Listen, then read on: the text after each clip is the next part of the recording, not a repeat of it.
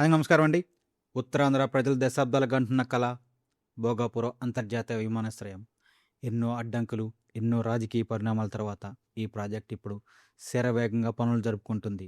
అయితే ఈ విమానాశ్రయానికి సంబంధించిన కేంద్ర హోంశాఖ నుంచి ఇప్పుడు ఒక పెద్ద అప్డేట్ వచ్చింది. ఉత్తరాంధ్ర ముఖ చిత్రమే పూర్తిగా మారబోతుందని నిపుణులు విశ్లేషిస్తున్నారు.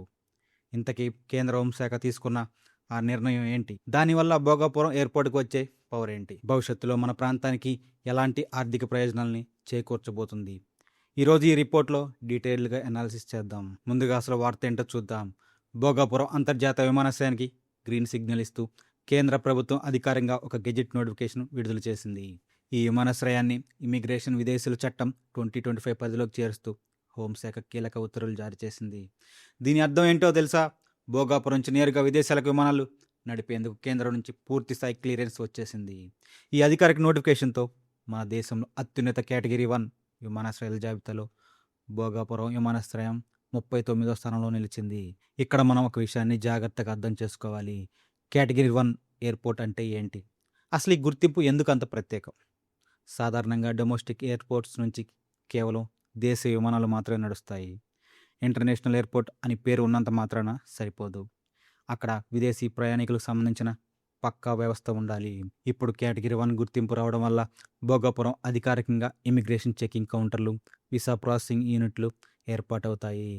విదేశాల నుంచి వచ్చే వారి పాస్‌పోర్ట్‌లు తనిఖీ చేయడం, స్మగ్లింగ్ జరగకుండా కస్టమ్ అధికారుల ప్రహార వీటన్నిటికీ కేంద్రం చట్టబద్ధత కల్పించింది. అంటే అంతర్జాతీయ భద్రతా ప్రమాణాలన్నీ ఇక భోగాపురంలో పక్కాగా అమలవుతాయి.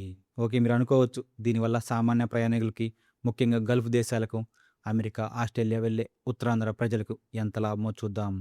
ఇప్పటి వరకు శ్రీకాకుళం, విజయనగరం, విశాఖపట్నం నుంచి విదేశాలకు వెళ్ళాలంటే ముందుగా ఫ్లైట్ లేదా ట్రైన్ ఎక్కి హైదరాబాద్, చెన్నై లేదా బెంగళూరు వెళ్ళాలి.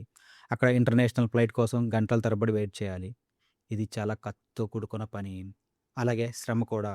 కానీ ఇప్పుడు ఈ కేటగిరీ హోదా వల్ల నేరుగా భోగాపురం నుంచి దుబాయ్, సింగపూర్, మలేషియా లాంటి దేశాలకు కనెక్టివిటీ పెరుగుతుంది. గల్ఫ్ దేశాలకు ఉపాధి కోసం వెళ్ళే మన కార్మికులకి, ఉన్నత చదువుల కోసం వెళ్ళే విద్యార్థులకు ఇది ఒక గొప్ప వరం లాంటిది. కేవలం విమానాలు ఎగరడం మాత్రమే కాదు, ఈ ఎయిర్‌పోర్ట్ ఒక ఎకనామిక్ ఇంజిన్ లాగా ఎలా మారబోతుందో విశ్లేషించాలి. ఒక పెద్ద ఎయిర్‌పోర్ట్ చుట్టూ సుమారు 50 కిలోమీటర్ల మేర ఆటోమేటిక్‌గా డెవలప్‌మెంట్ జరుగుతుంది. భోగాపురం ఇంటర్నేషనల్ మ్యాప్‌లోకి ఎక్కడం వల్ల విశాఖపట్నంలో ఐటీ సెక్టార్‌కి పెద్ద బూస్ట్ వస్తుంది. విదేశీ ప్రతినిధులు నేరుగా ఇక్కడికి చేరుకునే అవకాశం ఉండటంతో మల్టీనేషనల్ కంపెనీలు తమ బ్రాంచుల్ని ఇక్కడ ఏర్పాటు చేయడానికి ఆసక్తి చూపిస్తారు. మరోవైపు పర్యాటక రంగం, అరకు లోయ, విశాఖ బీచ్లు ఇలా ఉత్తరాంధ్రలో అద్భుతమైన పర్యాటక ప్రాంతాలు ఉన్నాయి. కానీ డైరెక్ట్ ఇంటర్నేషనల్ కనెక్టివిటీ లేకపోవడం వల్ల విదేశీ పర్యాటకులు ఇక్కడికి రాలేకపోతున్నారు. ఇప్పుడు ఆ అడ్డంకి తొలగిపోతుంది. పారిశ్రామిక అభివృద్ధి పరంగా చూసుకుంటే కార్గో ఎగుమతులకు ఇది గేమ్ చేంజర్ అని చెప్పాలి. ఉత్తరాంధ్రలో ఫార్మా కంపెనీలు, అగ్రి బేస్డ్ ఇండస్ట్రీస్ ఎక్కువగా ఉన్నాయి. ఇక్కడ నుంచి ఉత్పత్తులను విదేశాలకు ఎగుమతి చేయాలంటే ఇంతకుముందు వేరే నగరాలపై ఆధారపడాల్సి వచ్చేది. కానీ ఇకపై భోగాపురం నుంచి ఇంటర్నేషనల్ కార్గో సర్వీసులు నడిస్తే రవాణా ఖర్చులు తగ్గి స్థానిక పరిశ్రమలకు విపరీతమైన లాభాలు వస్తాయి.